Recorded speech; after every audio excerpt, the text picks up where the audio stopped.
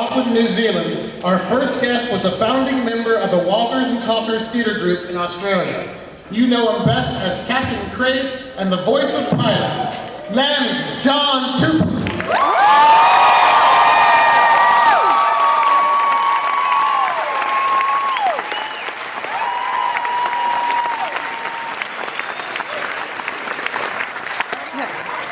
Once again, Lonnie John Tupu.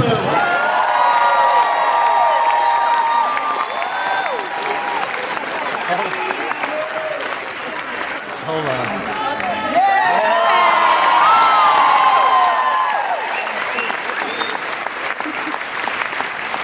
Our next guest was discovered by a modeling agent while waiting at a bus stop in Sydney, Australia, and made her screen debut in Mad Max 2. Billboards once proclaimed her character Zahn as the hottest blue chick on TV since Smurfette.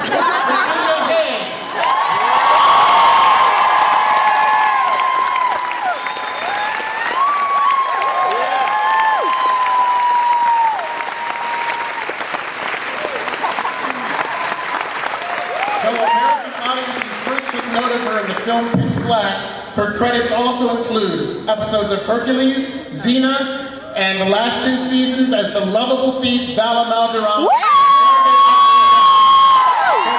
And know her and love her as the tough but sexy Officer Aaron Sun.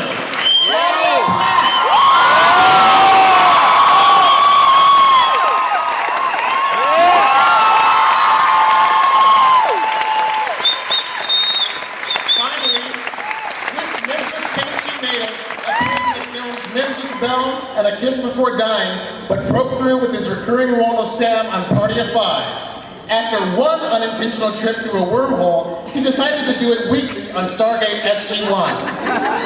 Ben Browder!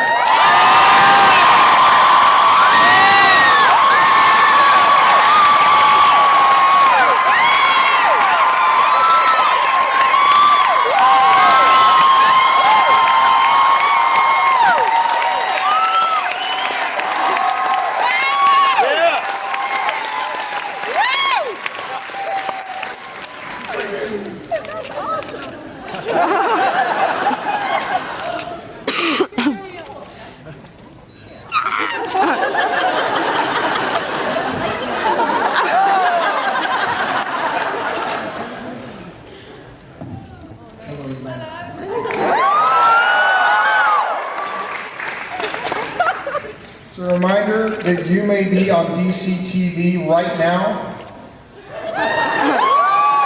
So when you ask your questions, make sure you're, watching what you're asking. We have to behave? And be careful what you're wearing. I didn't realize duct tape was a fashion.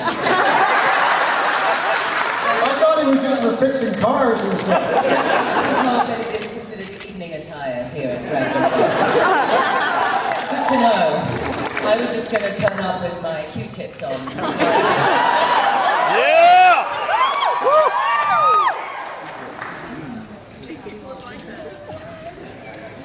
What's going on? Where's the narrator? Yes, in rapid succession, I basically finished renovating the house and had the baby at home as planned.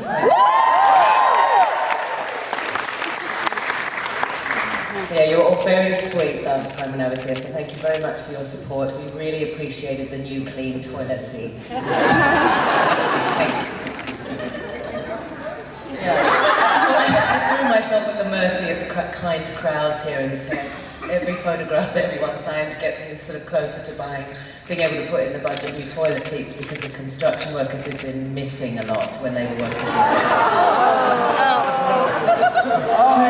True story. Now I'm potty training 2 toddlers, so it's sort of the same thing all over again. You know how it's done now. So the topic today is 10-year anniversary of FarScape.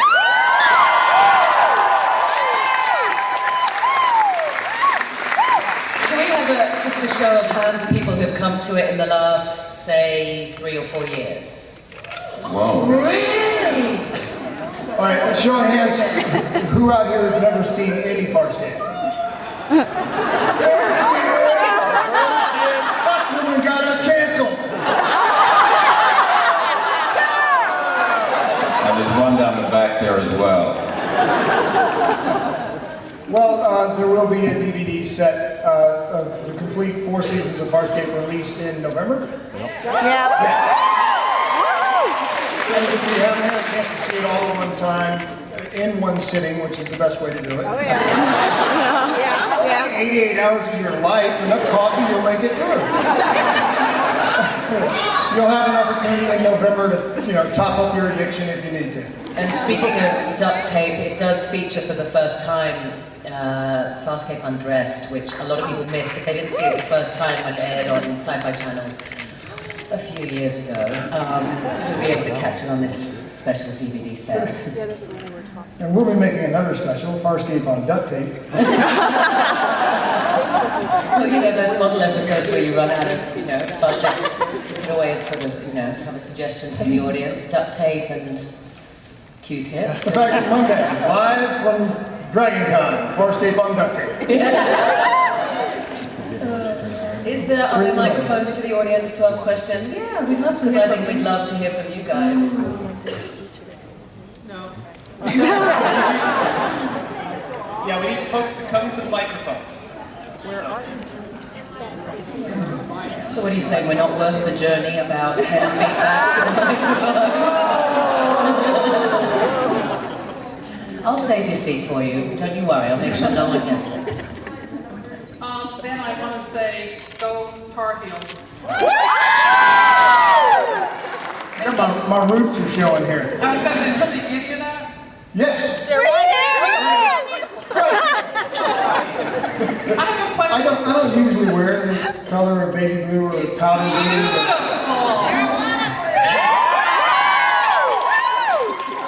This is a question for you and for Claudia. My favorite episode, don't know what season it was when you guys changed into each other's bodies. That was absolutely fantastic. I want to know, if you've probably been asked this a million times, but I've never been here, so how did you feel doing that? Was it hard? Was it easy? Did you all have a good time? This was so much fun watching. How did it feel, Claude? As I'd always hoped.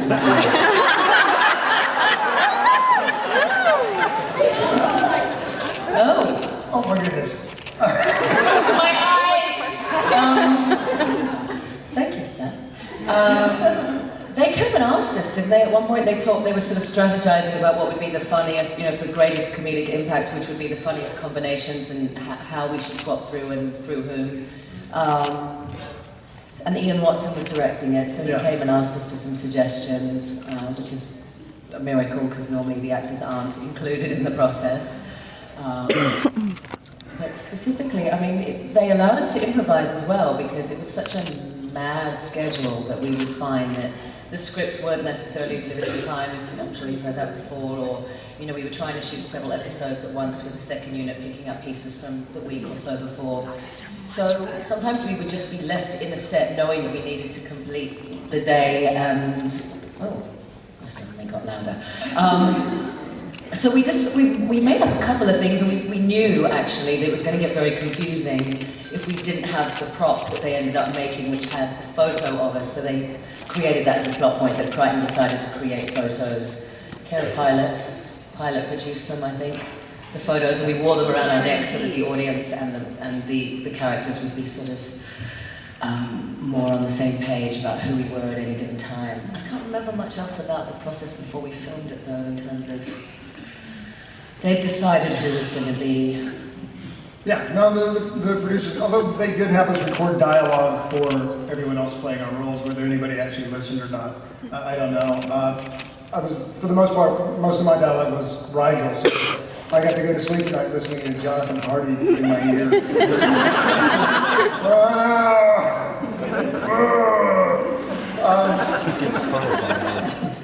Not as much Claudia Black. Would have been harder to sleep with Claudia Black. But I do remember we had to come up with that. the tag scene, so you said I was in your shoes, you were in my shoes, I was in your pants. We had to make that up, didn't we? Yeah. I had a nice homily about walking a mile in someone's shoes, and she said I was in your shoes, I was in your pants, something like that. It's a good moment. Thank you. Next question. Hi, how you guys doing? Welcome to DragonCon again, and brand new. I want to say, first of all, thank you so much for the show. It was amazing. And yeah, and I kind of have a two-part question. First is to Virginia.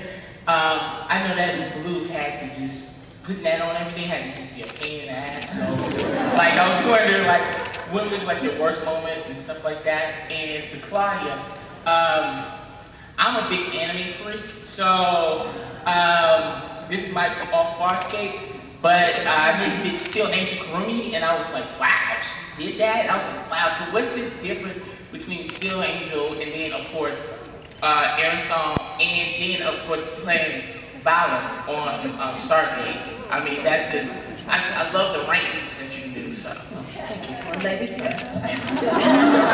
Far more a lady than I shall ever be.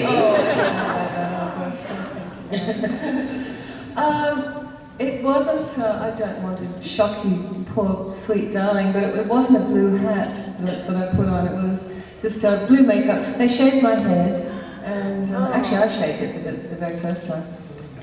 Because I needed a moment, I needed that personal space to come to terms with losing what I thought was kind of an essence of femininity, really, but I came to terms with it. So that was probably the hardest part, but the rest of it was just a joy slipping into that character. She's such a beautiful character.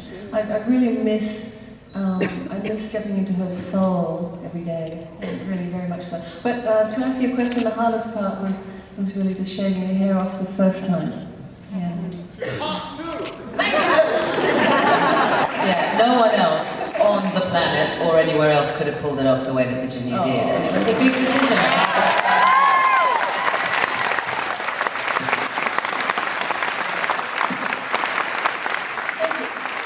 And I remember because you made the final call, because they'd gone through some versions of prosthetic makeups to apply to Virginia's head, and Virginia actually said, you know what, this isn't working. Let's just shave it off. I'm going to do it this way. Let's just, for the sake of the character and the integrity of the makeup and the design and the way it's going to look, let's do it. So, kudos to you, my love. Big step. Yeah. And look, it only took 10 years to grow it back. Yeah, fast.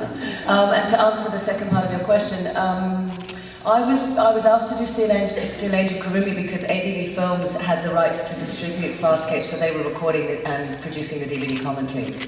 So Stephen Foster, whose job it was to rewrite, because they would get a loose translation from the Japanese, and he would rewrite to make sense for Northern American audiences, and then he would direct and produce those in Texas. So I was asked to do that because of the connection there.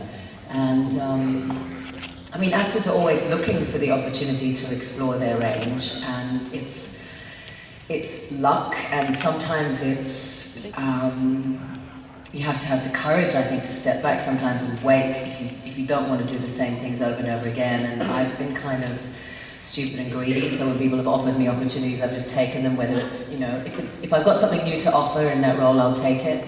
And if I've been lucky enough to have the opportunity to do it, I'll do what I can to make it different. But we're always looking for that opportunity to explore our range. And we all have it, it's just when you get those opportunities. Well said. Next question. Hi there. I was a day one viewer, and I distinctly remember the moment I went from giving this oddball, strange show a chance to realizing I was onto something really great. I'm wondering, it's a question for any and/or all of you. When did you know you were onto something really great?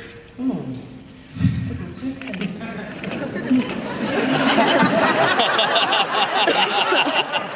I think for me, the moment I walked onto the set was really extraordinary, unlike anything in Australia that I'd ever seen before. So I had an inkling then. Yeah, I mean, it's the same for me. I read the script and there were a couple of things. If there's at least, because we read a lot of things and you know, you're looking for something original that piques your interest and you think, oh, I've not seen that before. I want to be part of that. And for me, the character of Rigel was different, the way they described him, how he was going to manifest in reality. And the concept of the ship being living and the character of Moya, all of those things were very new to me. And Erin, I could see she had the potential to be a really cool character, but Ben, we were doing makeup tests and Jen and I were in the room down near that Studio One or whatever it was, and Ben said, excuse me, I just have to take Claudia away for a second. And he barely knew me, he said, come and have a look at this. And the sets were just being built, they weren't finished. And he took me through and he was so enthusiastic, and he said, isn't this amazing? This is really amazing. And it really was it was a unique set design. And your enthusiasm was sort of, that was the signal to me, because you know, you're a seasoned actor and you'd come all this way, but you big, you know, it was a big move for you and your family, and here you were and you were excited, and it was always Ben's energy and enthusiasm that informed our day, and so that was the start of it for me. My chemistry with Ben at the audition, reading the script and seeing that set with Ben. I think when Rodney O'Bannon was talking about it initially in the casting phase, the ideas he was expressing seemed amazing. So that was the first part for me, and I was auditioning for Dargo, which on a Friday, many moons ago, I didn't get. However, a few days later, I was offered Captain Grace. That's right, we killed him too. And the second part was of course on the set, and then meeting an amazing bunch of actors. Walking onto the set for the first time, where I hit my head as the door opens. And it was like, welcome to FarScape. Here we go. And I was walking out onto the bridge, the first shot, with Andrew Prowse. Now, the second part of that, we worked for a whole year not knowing how it was ever going to go down. And then we arrived, I think it went to where? After the first year, we came to Santa Monica to the first convention, and it was only then, seeing an audience like you, all the fans, I suddenly thought, God, something is happening here that we weren't really privy to, being isolated in Australia. And I think that was when I thought, oh wow, this is something really different and new. It came in stages. Hang on a second. I've been talking a lot today. The first stage is obviously looking at the script, where you say to yourself, oh crap. I'm really stupid hanging out with these puppets, aren't I? But I'm going to Australia anyway. So then I went down and I auditioned with Claudia. After I got Claude came in, and some other girls came in, but you know, I knew immediately from that moment there was one girl to play the part. If we get that girl, we're that much closer to making something which is not going to be awful. I went back and I said, there's only one girl, Claudia Black, that's the one. And they said, what about the girl in the cat suit? What, you nuts? Not the girl in the cat suit, Claudia Black. Well, they were smart enough to hire Claudia, and so at that point you're thinking, okay, we've got the pieces in place. Then I saw the sets, and I went, okay, now this doesn't look like anything else. And then you start shooting episodes, but you know, the whole time you're enthusiastic about it, you're still thinking, we're going to die. You're going to watch this and we're going to die.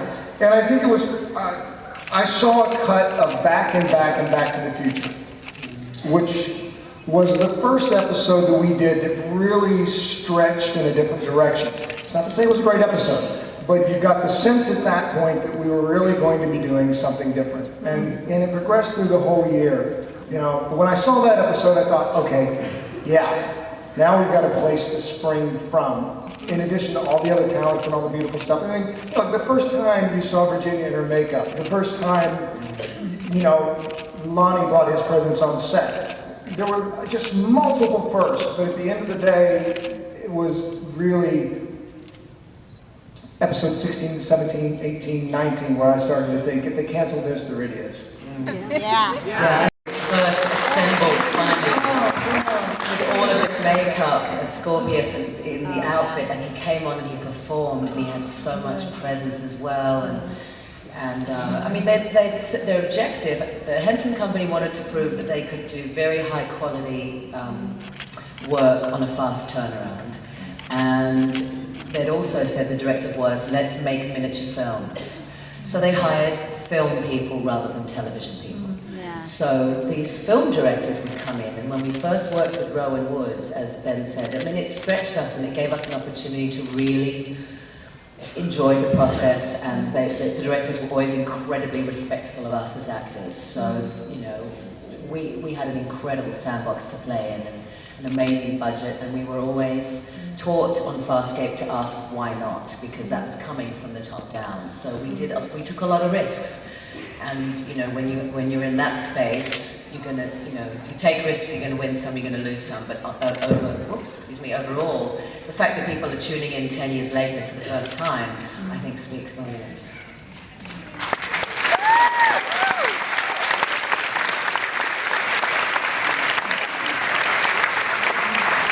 Good evening.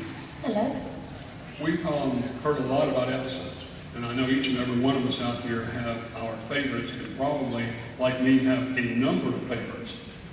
I would like to know your favorite and why. And if I may, would you please start with Virginia Hay? Oh, well, thank you very much. And first of all, thank you for making the superb jewellery for me that you presented to me yesterday. It was absolutely superb. Well, my favourite episodes were any episodes that Ben was in his tight leather pants.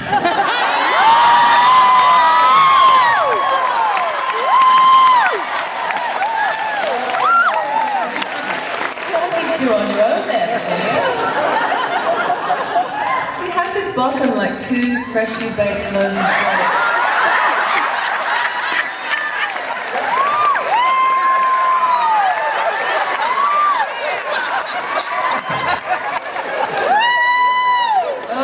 Imagine the trouble I'd get in if I started saying things like that.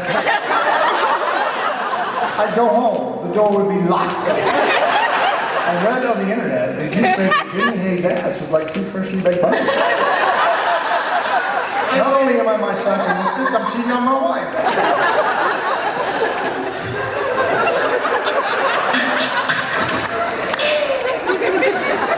Virginia and I are sitting at the other end of the table going, please, sexually harass us at work next time.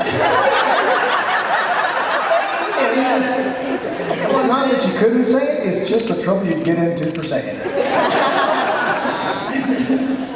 Welcome to Australia. This is America, there's an internet, my wife knows everything. Apparently, I'm on BCTV right now.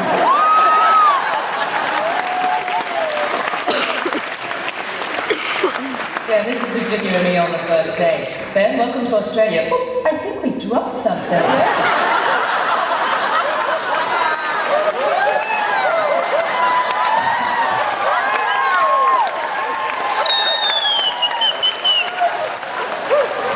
I feel so cheap.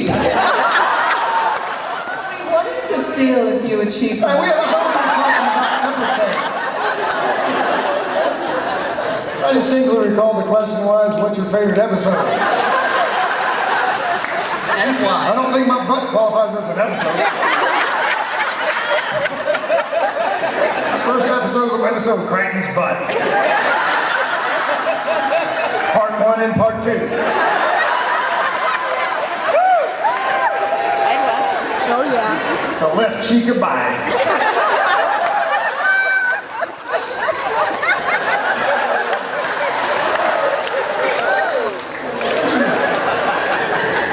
I just love the episodes with Scorpius's codpiece.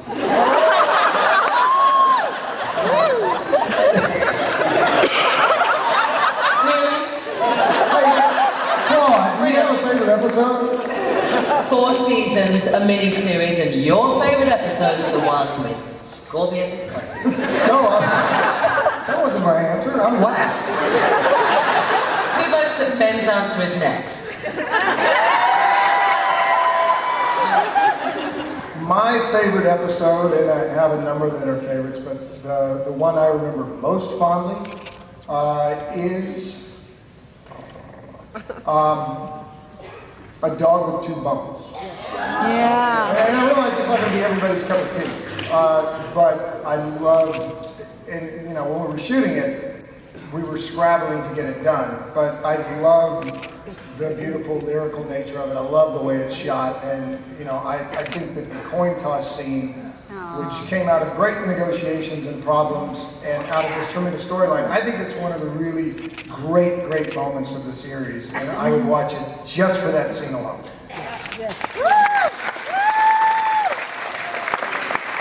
Again, you do understand that the idea of tossing a coin was Claudia Black's idea.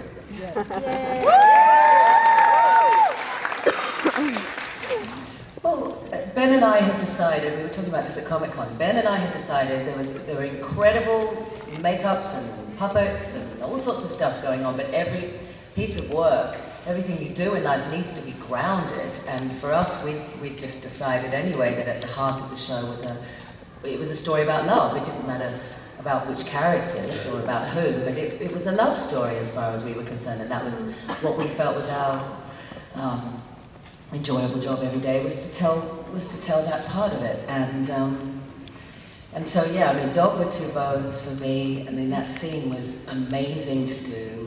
It was very emotional because it was the last scene we shot that season. So the crew came down at one point to watch, so it was sort of like live theatre.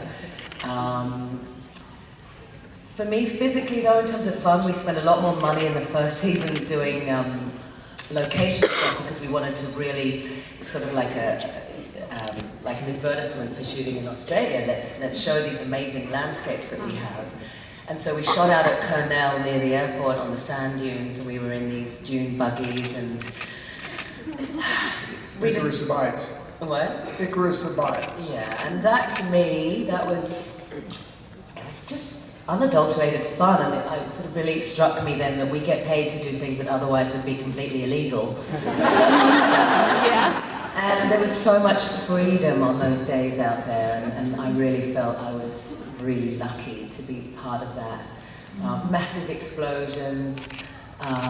So yeah, that episode in particular would really sort of open things up for me, and I also felt for me playing Erin that episode 7, PK Tech Girl, we shot at a really cool location. Deadly. In Balmain, in a sort of old factory. An old power plant that was falling apart.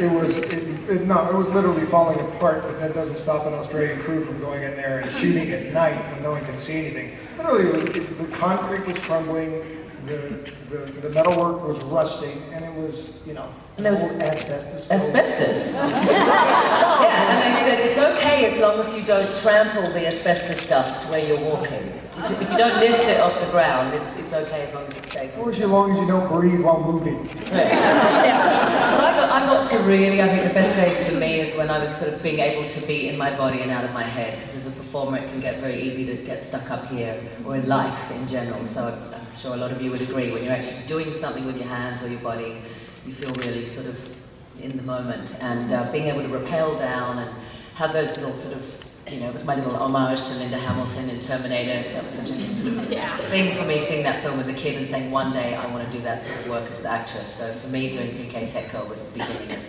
feeling like I was realizing that.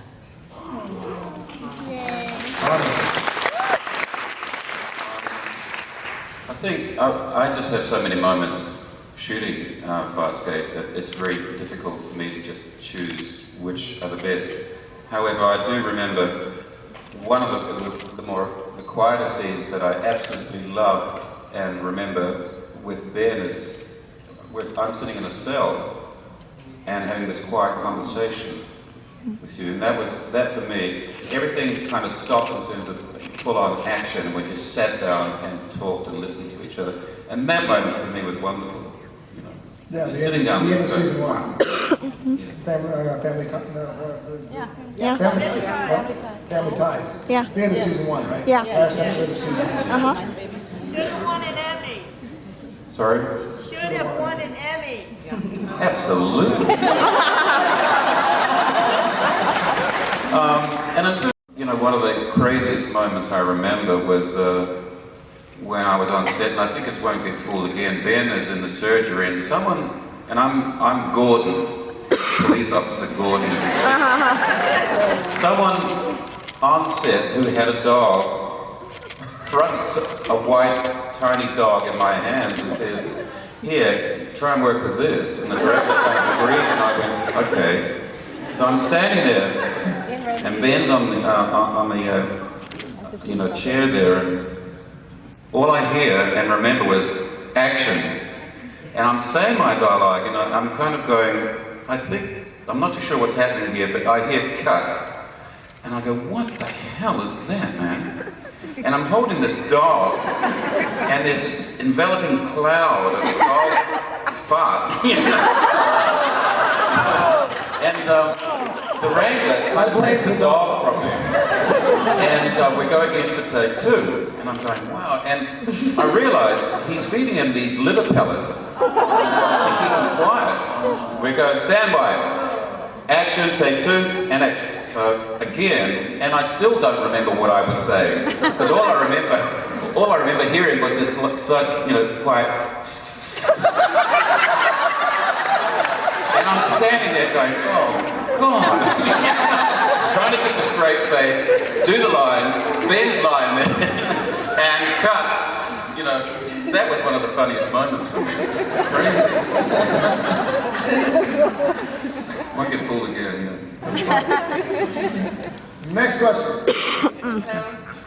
So you sort of answered my first question of what was your most memorable or funny backstage moment, which I think you just answered. So on to the next part, which is actually for Claudia and Ben. How did you feel doing or revisiting FarScape on Stargate in episode 200? Oh, yeah.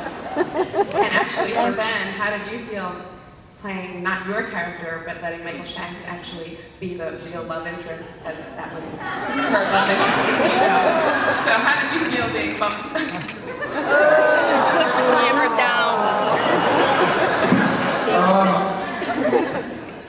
I don't know whether separately we came to this decision or not. When I read the script, my impression was I don't want to play Crichton on Stargate.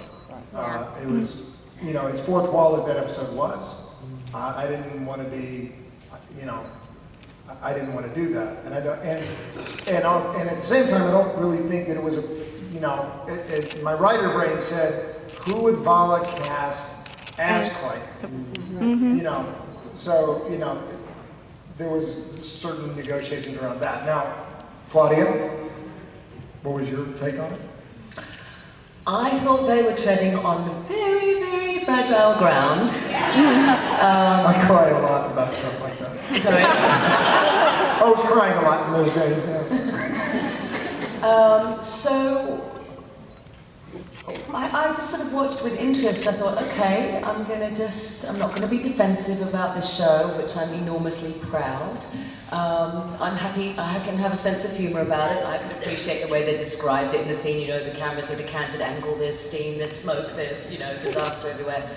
And the funny, so I just thought, all right, I throw myself into it. How can I be of service? And the hair and makeup girls just sort of realized that they didn't want to do something stupid in portraying the character. They wanted to make it clear that it was a parody. But when they were thinking about the Chiana makeup, they didn't know where to start. I'm sure you had to think about it when you got up this morning.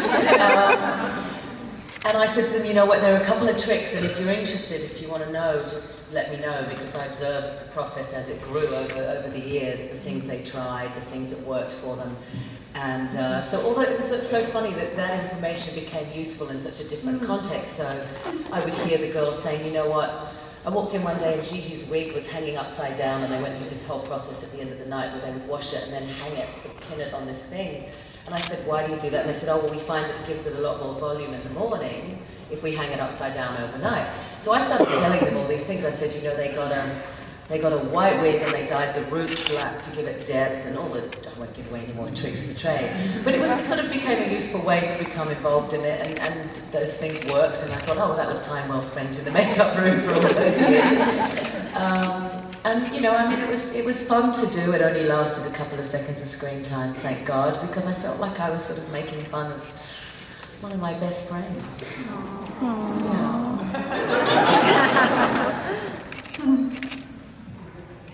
Is there any response? Next question. Hello. This one is for Ben, though I could spend hours asking all of you questions. This one regards your use of weaponry. It regards Winona. What was the reference, for one?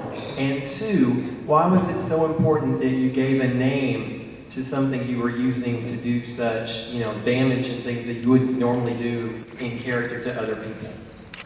Well, first off, Crichton barely hit anything he aimed at.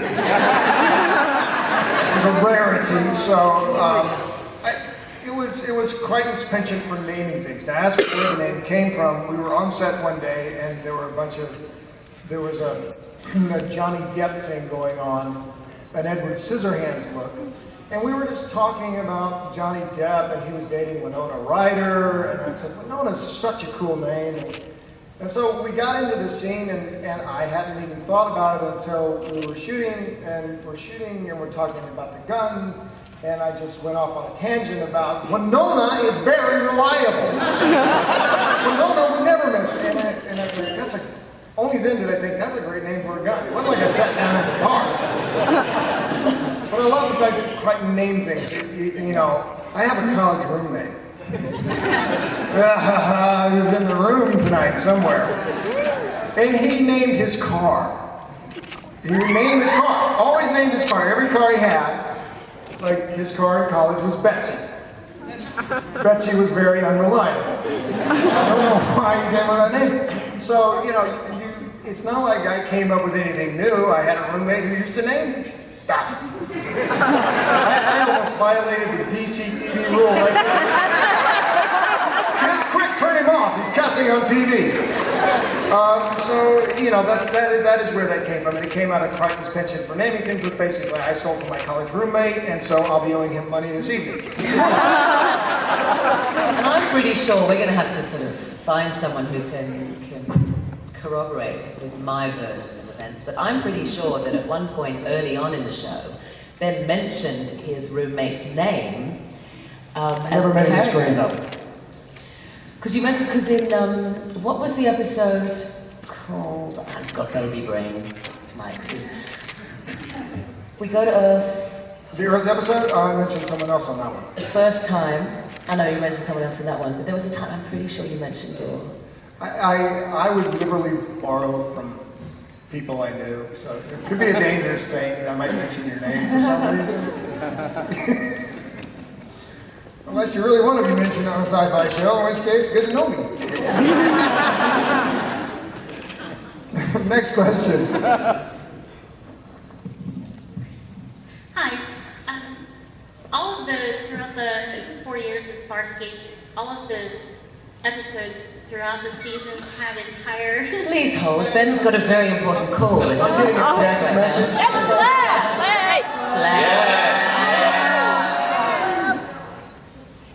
Oh, that's it. They're coming through. Okay. Sutra Tonight, performance by Pittsburgh Slim with the Riella Brothers Black Party this Sunday at Sutra with Eric Deluxe and Mr. Walker from Nerd. I've been getting these junk text messages from someone trying to invite me to a party. You guys want to go? Tell them I sent you and to give me money. Right? Eric Deluxe and Mr. Walker from Nerd tonight. It doesn't say where. What, I gotta call back? Maybe it's the Sutra Tonight. I don't know. Sorry, please, I missed that question.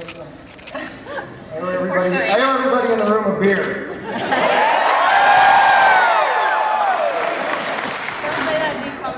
You have these incredible, obviously incredible writers, such wonderful material, and had such an amazing story arcs going through each season. When you finally got to the end of the series, and they ended up filming Peacekeeper Wars, which from my understanding was supposed to be the next season, do you feel kind of cheated that they had such a huge story arc, and had to condense it into such a very small time frame to get all do? question. I felt cheated in general, but I didn't feel, because I hadn't been made privy to the exact details of what David Kemp had planned, he just said, oh, well, this is what I'd originally hoped to do in seasons 5 and 6. We'd had an order from the network for seasons 4 and 5, and then got the rude shock of finding out 5 wasn't happening at the last minute. So we felt cheated in that respect, but only, I think he would have felt it the most because it was all in his head and a lot of the That'd have been time. rough. Yeah. It's in my head, I got no place to put it. I'm thinking about Eidolons. There's a large phallus piece in my head. It wants to open. Wow, I never really felt that way. I have newfound sympathy for David over things like that. Yeah. Wow. So he'd been living with it for a long time, and I think they say that to you when you're pitching a show to a network. And they say, why should we buy your show and where do you see it going? They're supposed to have an idea of when they would see it going to the end. You know, this is where I see it starting. Here are some ideas for some episodes, and here ultimately is where I think it would go in terms of the story we're trying to tell. So, I mean, and you often play your cards earlier than you think, because they say, we need something really exciting for episode 13, and you end up pulling something that you were supposed to put in episode 22, and then you have to keep sort of staying up, you know, and you stop sleeping because you're trying to think of ideas that you've already, you know, you've used too early. But yeah, I feel for him, because I remember him saying just before we did it that he had to truncate everything. I mean, prior to day one of shooting, they'd already spent 5 years of planning to get to day one of shooting. So that's how long it takes to plan a show.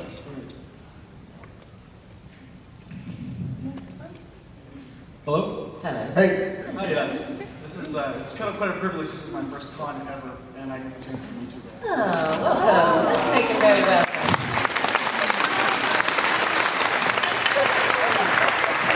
Did you bring your duct tape?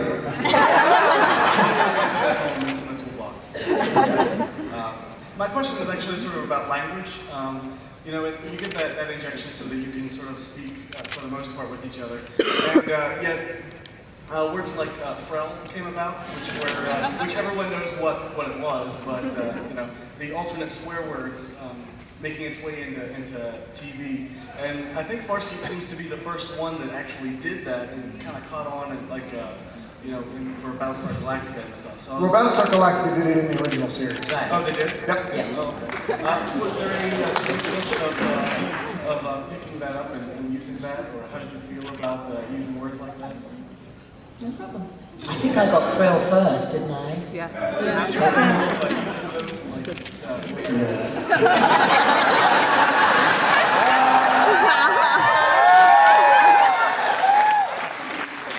Oh no, actually, I remember when I got the line "Thrill me dead."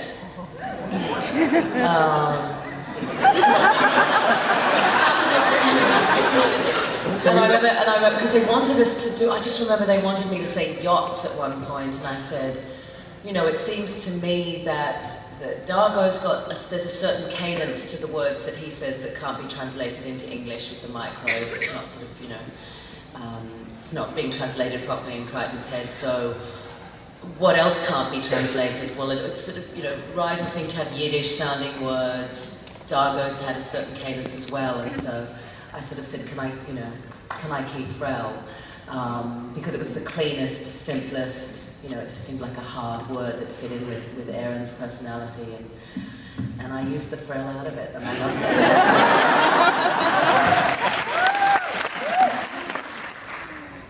I it. didn't have any frowning things to say. I don't recall Zan ever swearing. Wow, she was a lady. Maybe she was mummy. No, so I don't think so. But I had no issue hearing it. I was going to say, are you jealous?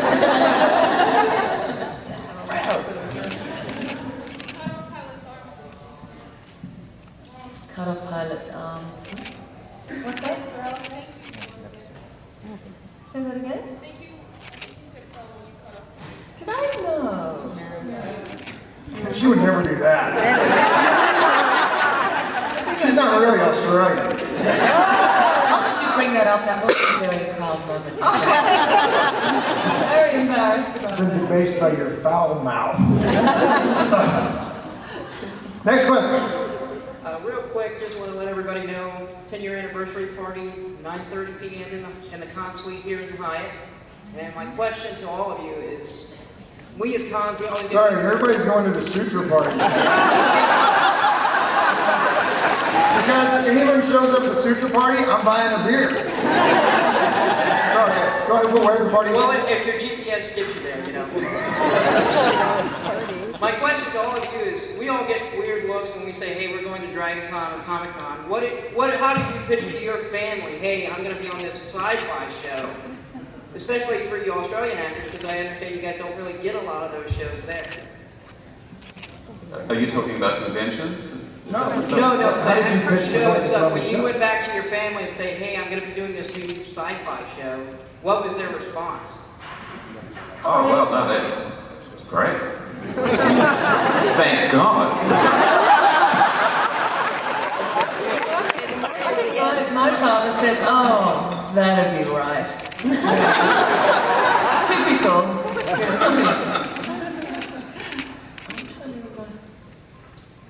I think, I don't know, my friends watched really sort of, what they considered to be edgy, cool television. And for years I'd been doing all this stuff that they just never watched. And because we didn't really know what we were making, I mean, it was with the Henson Company, and there were puppets, and for the first sort of 4 or 5 episodes, it was like, are we making a kid's show, a family show, is it more racy? And the network was saying, make it sexier and edgier and do more, and, really, really push the envelope. And that, I mean, that certainly suited us. I like the fact that it got darker and edgier as it went along. But yeah, our network in Australia wouldn't air it. So they themselves, I mean, there was this big party to launch Millennium Television, year 2000, Channel 9, and we were all invited along. And we got to the door and they wouldn't let me in. And we get in, and Gigi's running around saying, oh, they've got everyone's names who were actors on shows on Channel 9, on stars on the floor, just like in LA. I'm going to go and find mine.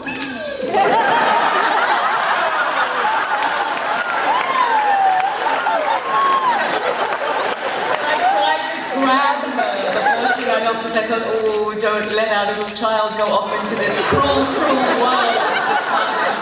I had a feeling very bad.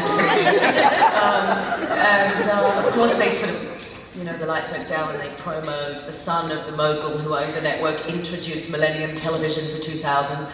And we'd heard sort of murmurs from the director of programming and head of programming and whatever in the crowd at the party going, yeah, science fiction, that's really hard to program.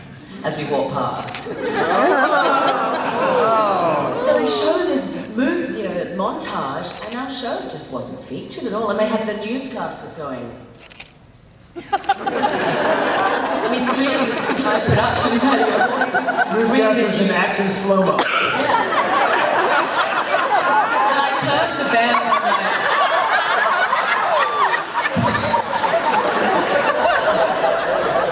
where's our show? I knew we weren't going to see it as soon as I saw him try to keep her out of the party. I think that was the night when the channel's logo halfway through the speech fell down on the wall.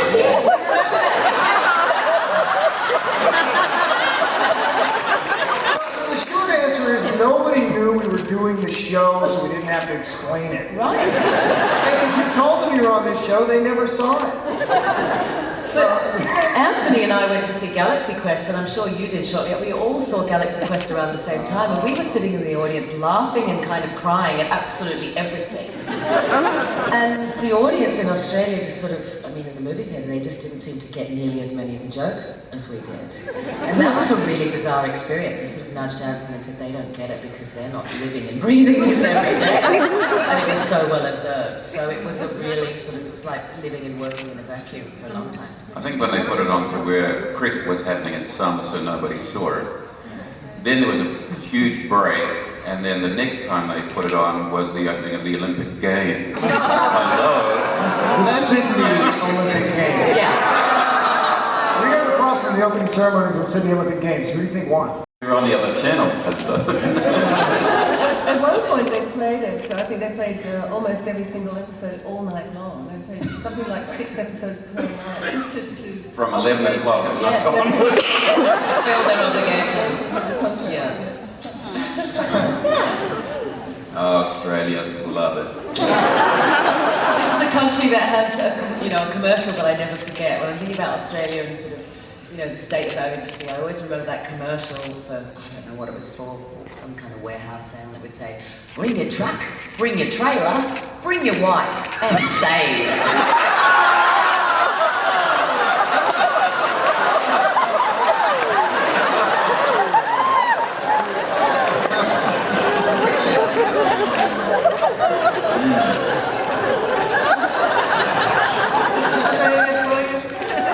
Australians are the Southerners of the Commonwealth.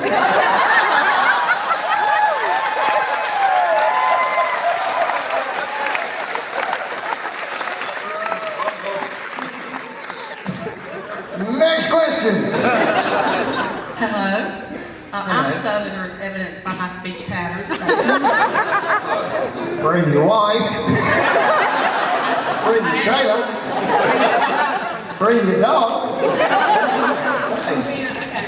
What I wanted to know is, given the fact that the reason we're all here is because we have a great affection for all the characters in the show. We all fell in love with it, and that's why we're here. And also given the fact that 2 of the characters represented tonight did not make it to the end, would you guys mind giving us about 20 or 30 seconds of what your characters would say to each other if, for example, you went to the sutra party and ran into each other?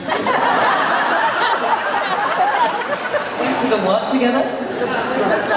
It's that party we're going to later in town. Or even a Starbucks or something. I mean, I think we would just like to know, is that appropriate to do that? No pressure. Could you get into character for about 20 seconds? No.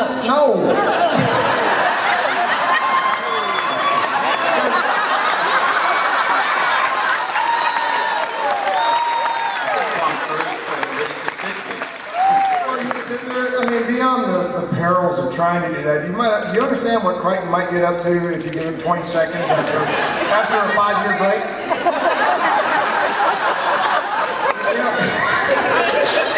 Okay, I just wanted to know if you do that because for those of us that like the show, we miss it.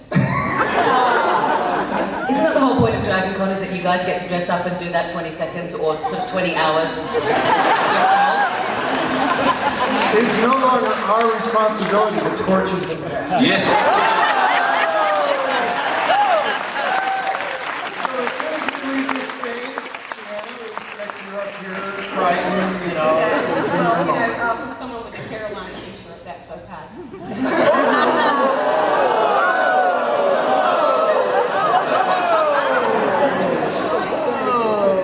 I'm sorry, I still love you. I went to one of your rivals, East Carolina, so. Oh, right, yeah, okay. But that's why I said that's always so fun,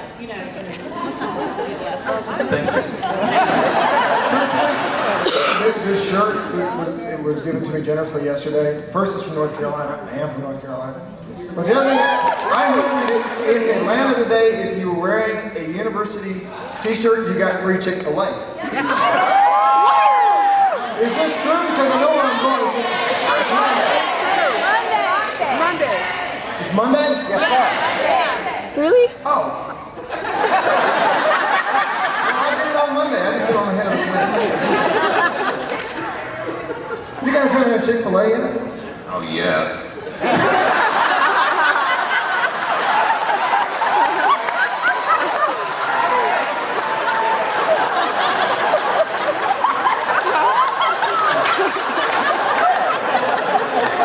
Please remember you may be on DCTV.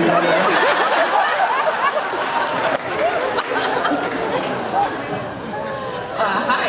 I just wanted to let you guys all know that I'm currently in the middle of, we just started season 3. I've got about half dozen friends of mine who come over every week. We're watching FarScape. We're loving it. Most of them have never seen it before. It's amazing to share it with them for the first time. Which brings us to my question.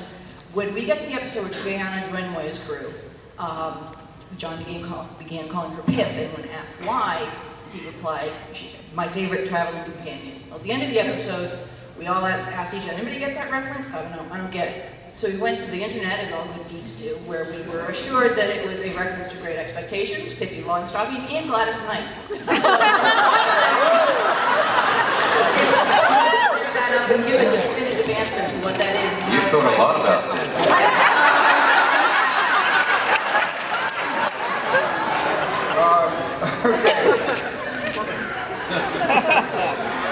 First off, they had a different name, and in my head when I said it, it was Pip, you know, like a little spot, little tiny thing. I think they had the word squirt or something, which didn't. She's not a squirt. It didn't seem to me that she was a squirt, and Pip sounded kind of cute and nice. It did have a Mackenzie air about it. Like, hey, Dickens, it's Pippin, you know. So that's kind of what we went with. And then I think later, someone said, well, you got to add that thing about my favorite traveling companion, you know. But that may have been in the script when it was Squirt. I don't know, but I had a preference for Pip as opposed to Squirt. Yep. There you go. Although Squirt's a fine drink. You know, not cheer wine, it's regional, it's fine. You know what's great? Okay, I spent 4.5 years in Australia, surrounded by Australia. I didn't understand half the stuff they were talking about. I had to learn it. Now I've got them amongst my people.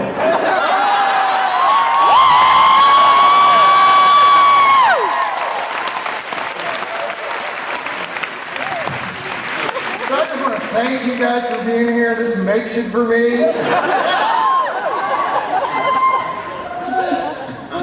Next question.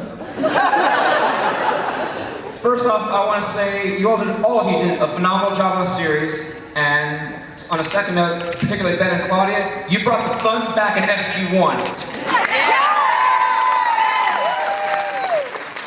Now for my question, particularly to Ben. When you were writing your episodes on season 3 and 4, Green Mountain Monster and John Quixote, did you have a lot of input from the actors on their dialogue while you were writing that? Well, that's a better question to direct to them because, Lonnie obviously played a part in both of those episodes, as did Virginia. And, actually it was a separate episode, wasn't it? But Lonnie for sure, because I thoroughly enjoyed writing for him. And obviously Claudia as well. So in my memory, I remember talking to them and saying, what do you want to do? I remember taking the scripts and saying, here, look at this. Does this work for you or should I change it? But you would have to ask them as to whether, because my memory's faulty these days. I remember all kinds of things. At least that's what my wife tells me. She sure doesn't remember it that way. It was exactly as Ben presented it. I thought it was fantastic, and we just ran with it. And it was so explosive and wonderful to just do both of those episodes, and really crazy doing Don Quixote. But you look good though, man. You were one fine ogre. And lying on the bed with Claudia there was just hysterical. We'd try to sleep or snore or something like that.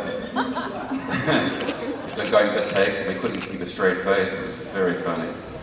And I arrived on set, you had this hairdo and this southern accent. With a list. With a list. It was wonderful. So yeah, when a writer presents you a great story, and all you have to do is illuminate it and just reveal it. And Ben wrote some wonderful dialogue, and we ran with it. And I screamed as he'd written it, And thanks, Ben, because you brought Zan back. Yes, I did.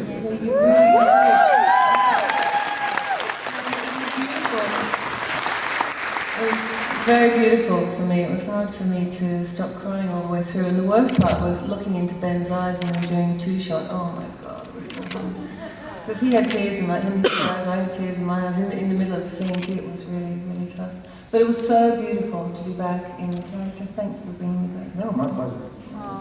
And it was great actually. I got a chance to see one of the funniest things I've ever seen in my whole life, and that was Rowan Woods dressed up as Zan. It was absolutely hilarious because the original Zan was supposed to be a man, and he was a fat man called Zen. So it was rather lovely to see Zan go full circle, and there she was in all her glory in the way that she was supposed to be. So it was kind of fun. It just goes to show you how bad an original concept can be, too. But I think they made the right decision in the end.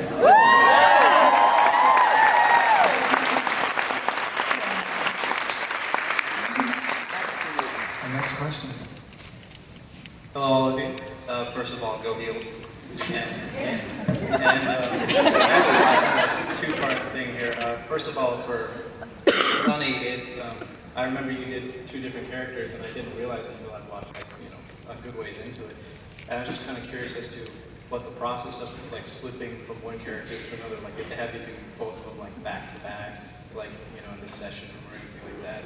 And second of all, I know that there were lots of hijinks on SG-1, and what were some the funniest shenanigans that happened on set for FarScape? Just to answer your first question there, I knew that I had to do vocally something different for pilot because I was already working with Crace at a much lower register, and I thought that the easiest would be for me to go pitch it an octave higher. And there's an English actor whose voice I seemed to trigger something for me, John Hurt, and I pitched it around that area for pilot. So they were the triggers for me when I went into, and the funny thing was I had to go in and do pilot's stuff first, because when I was working on doing Crace's stuff in ADR first, my voice would drop because I would do a lot of screaming in the session as we were doing, when we were shooting it. And so that dropped my register, that dropped my notes for doing pilot 2 or 3 notes. So we then realized I had to go in and do pilot first, then turn around in the afternoon and do Crace's work. Slab. That person with editing. And the shenanigans, I think it'd be nice if Anthony was here to talk about shenanigans. Exactly, that's what I thought of when you said shenanigans. You've got up to all sorts of mysteries. A lot of it was too blue rated for us. Exactly.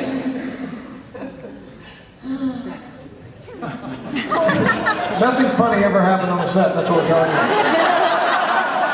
It was a serious workplace, no matter what you may have heard otherwise. And I can vouch for SG-1 as well. There was nothing funny ever happened. All the lies about Chris Judge that have been told over these years, it's just appalling to me. Gotta get an amen. Amen. Next question. Is it? Here it is. We're done. Thank you very much. That's it. What are you doing next? Next time, why don't you?